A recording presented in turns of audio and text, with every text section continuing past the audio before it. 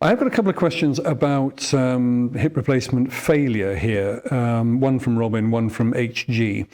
Robin wants to know what the clinical findings we should look for would be in hip replacement patients that would suggest to us that they ought to look for a revision. And HG is being more specific. He says he's got a patient who had a new hip 15 years ago. It was a metal hip. The patient was called back regularly for tests to see if the prosthetic was shedding shards. Obviously, you mentioned that earlier on. What's the consequence of this failure? What do they need to look out for now? And I guess he's saying, well, how serious could this be if there are shards that aren't picked up?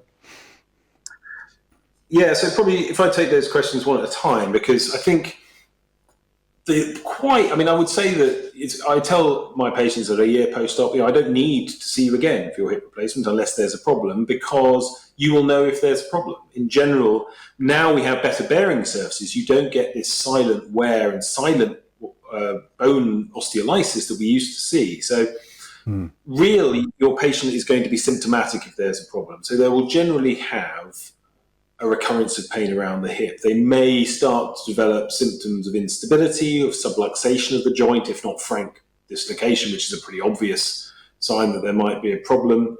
And they may start to get sort of bone overload symptoms if they are starting to wear one of their implants loose. So it's very unusual for the asymptomatic patient to present with a failing hip replacement with modern implants. And actually, even in the setting where people develop pain, quite often it isn't the implant that's the cause of the pain.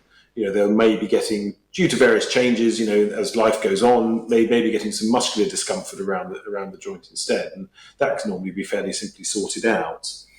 With regard to the sort of metal hip replacement problem, I think the important aspect is that these patients do need to be monitored, not that regularly, but they do need to be investigated and monitored.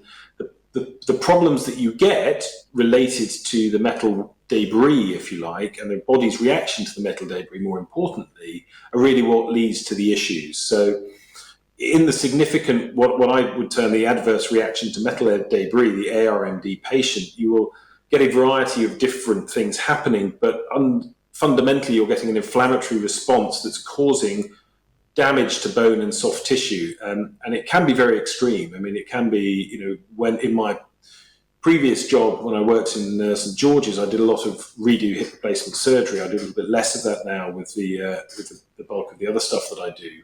But we saw a lot of those types of patients, and they can have extremely severe destruction of their muscular envelope and also of the bone surrounding their hip replacement, which can make both reconstruction and ultimate functional outcome, really very difficult to achieve a good outcome. Which isn't to say, of course, that it's inevitable in all metal hip replacements. And if your patient has been appropriately investigated with cross-sectional imaging, really is the key one here. So we tend to test metal ion levels, but it's on their own, they're not necessarily that helpful. But in conjunction with soft tissue metal reduction 3D imaging, such as MRI, you can very clearly see if there are so-called pseudo tumors, which are like pockets of usually fluid or solid mix causing problems and destruction in either the bone or the soft tissue. And that's really more likely to be a trigger for discussing redo surgery in the setting of symptoms.